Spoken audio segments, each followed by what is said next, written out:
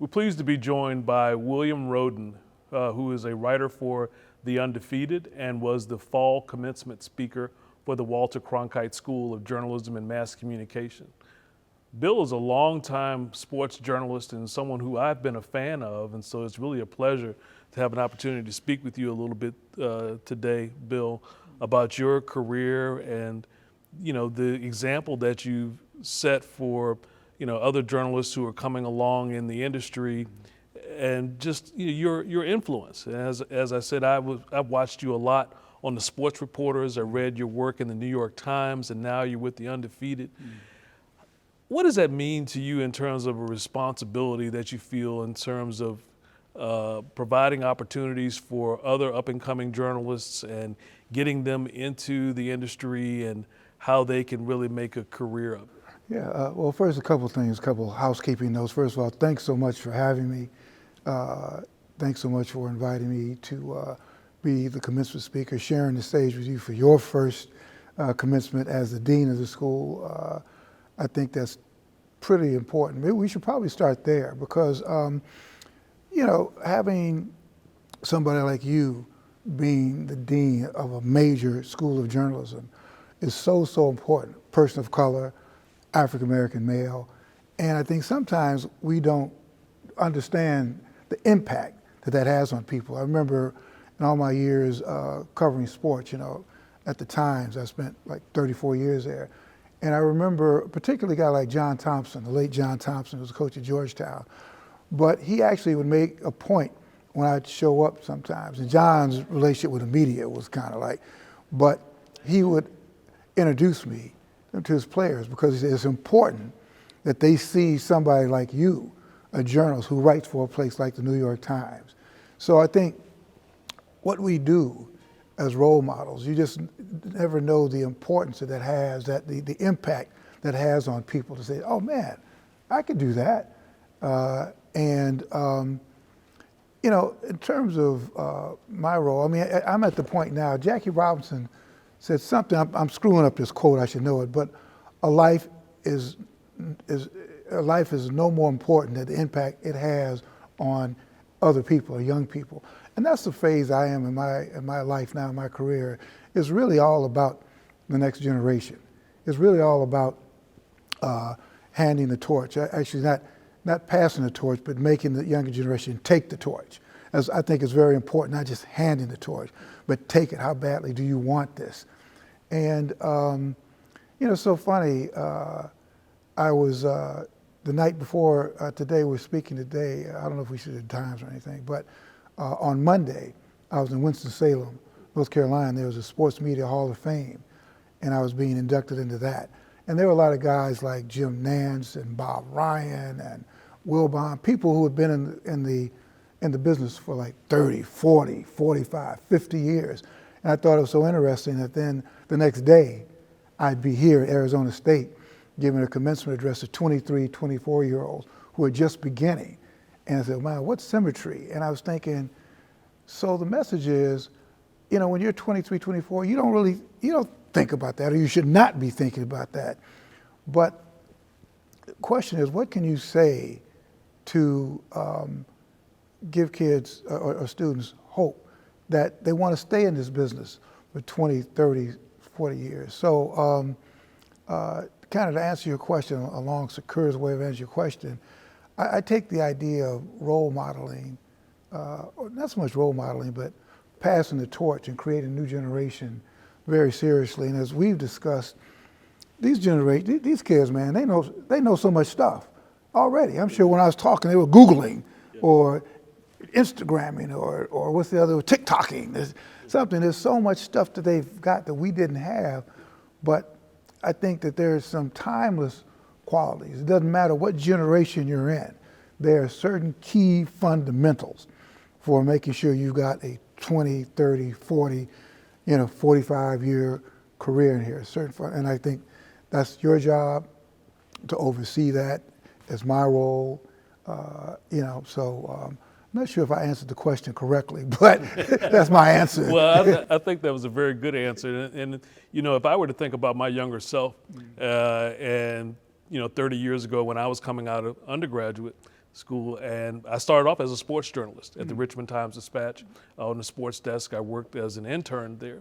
And if you would have told me back then that I would end up being a dean of a journalism school, I would not have believed that. But what I will say is that the place where I am now, and you talked about, mentoring and passing the torch, I wouldn't be here were it not for someone passing the torch to me and bringing me along and really identifying a talent in me that maybe I didn't see for myself. And then, buying into that and just seeing where that would go. And that got me started in my career. That's what, helped me get into education. And I talk a lot about, the president of Hampton University, Dr. William R. Harvey. And everybody who knows Dr. Harvey has that same reaction. But really, I have to point that out, is that he was the one who identified in me the capacity to be a leader in academia. And I didn't see that for myself. And so he tapped me for an opportunity, and really, here I am. But we cannot underestimate the power of mentors and people who set the example for us. But as you think about, sports journalism is really come a long way from where it was certainly when I was starting my career, and certainly I know in the way that you started, when you started your career, it's so much more now than it was. It is, and I was even looking at even what you're doing here at Arizona State, just I think how the study of sports journalism has expanded, adding curriculum, adding courses. It's really phenomenal. And,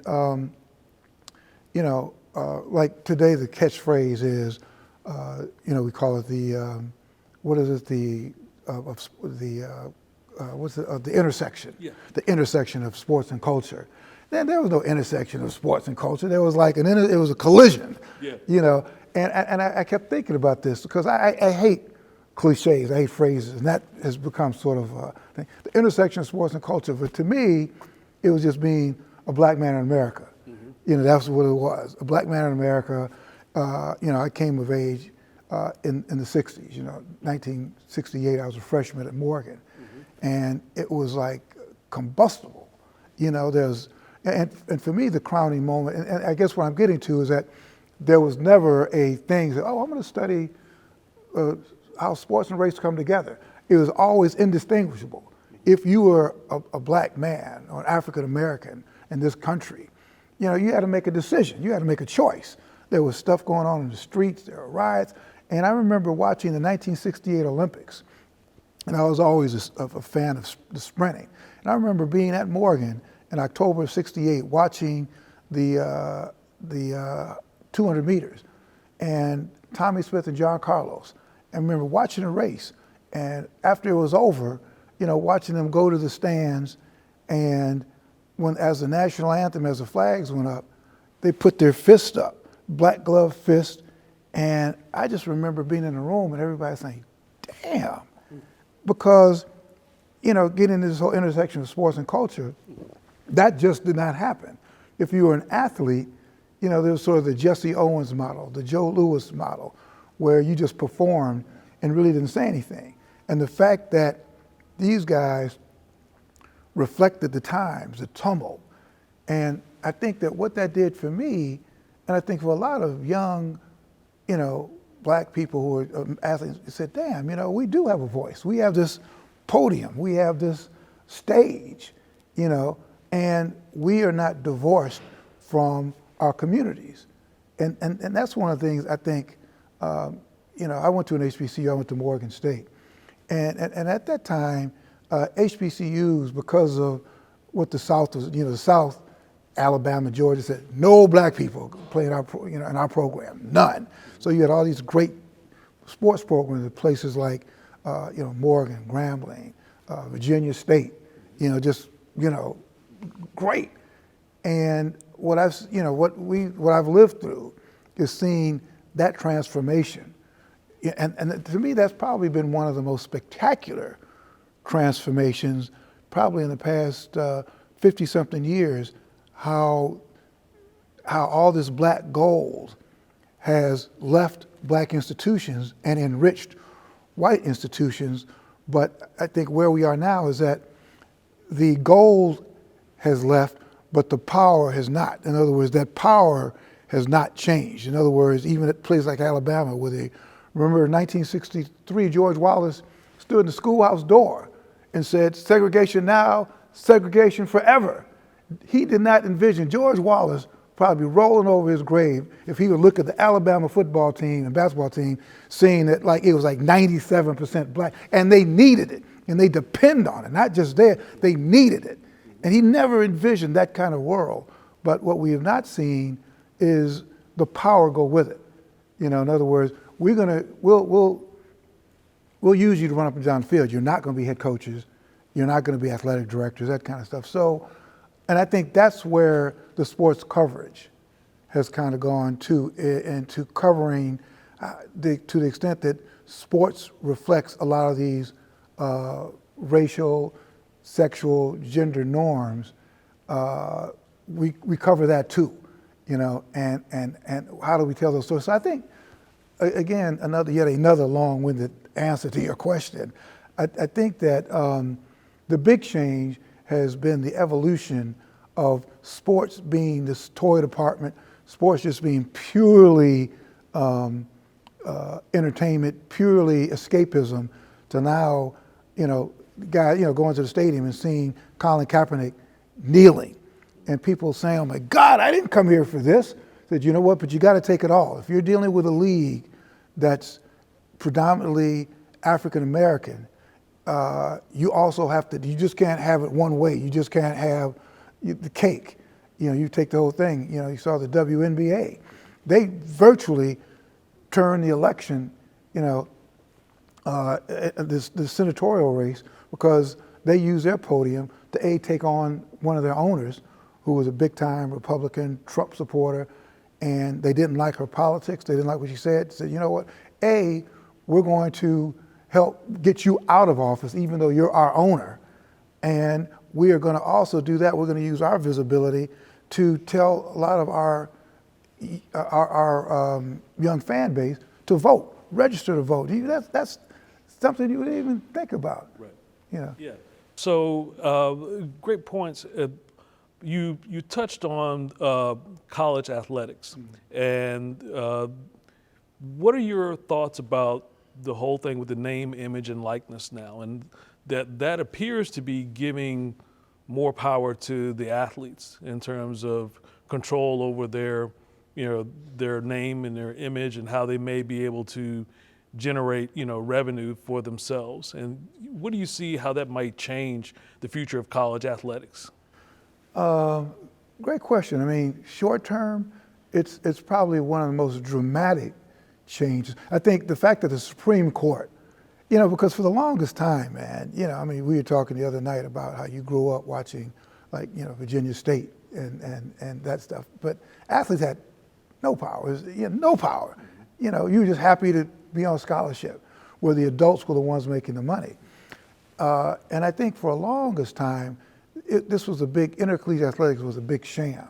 It was a big charade, whereas on-campus entertainment, and the students, the athletes, had all you did is just run and jump. The coaches made the money. And we were saying this is a not-for-profit enterprise. And everybody knew that. Are you kidding me? You're saying some of the most highest paid people on campus are the head coaches. This is a for-profit, highly capitalistic enterprise. And I think when the Supreme Court weighed in, and they were like, "Oh, hell no! Are you kidding me? You got what they say is that if you don't do something about it, we will." Right.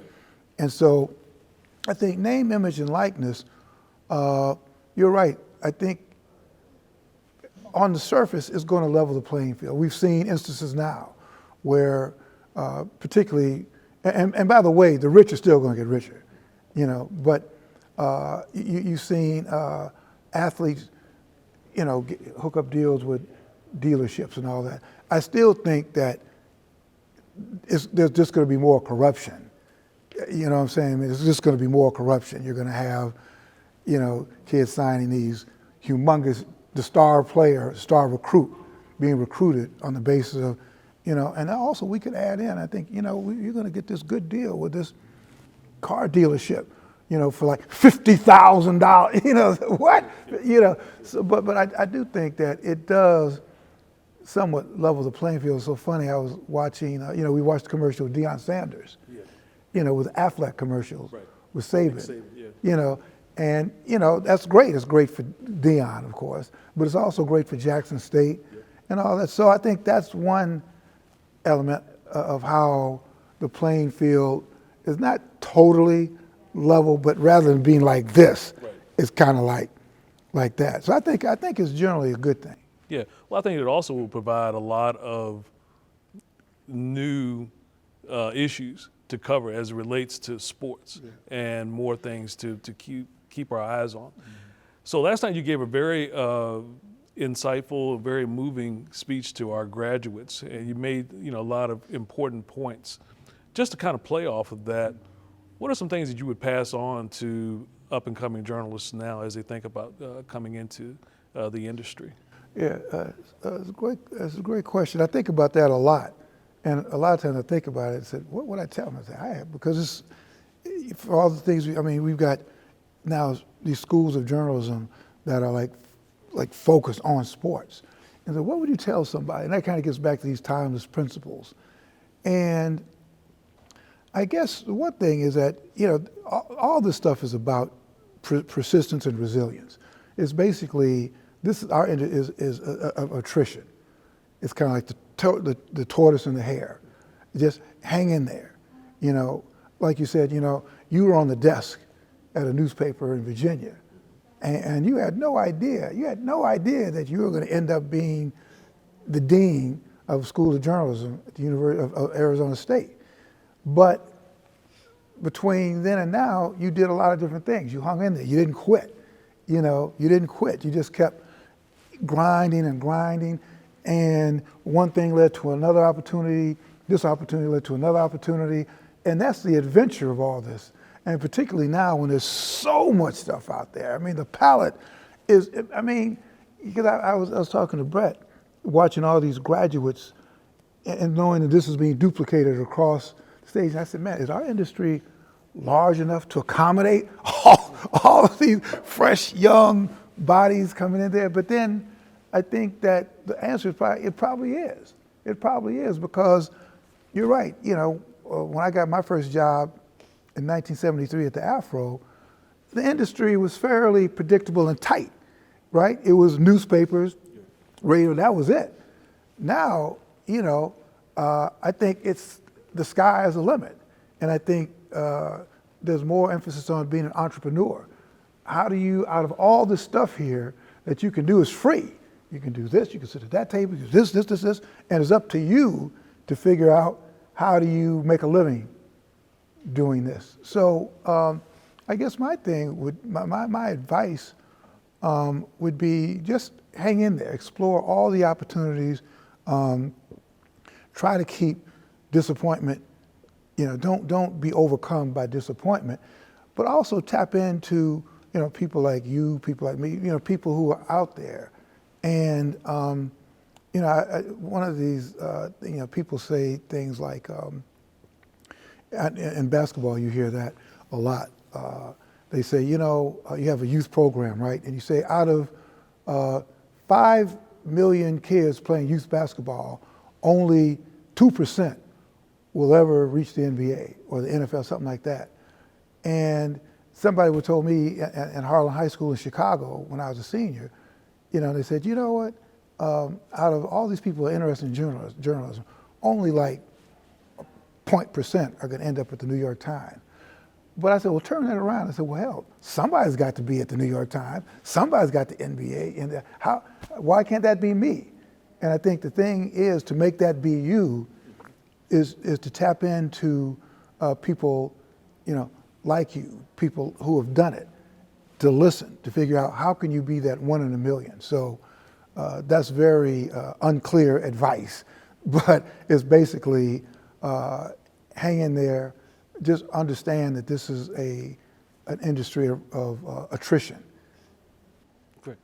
Well, Bill, look, as always, very insightful comments, great advice. Thanks again for being with us last night. Thanks for being with us today, and thanks for being a friend. Pleasure. Pleasure's mine.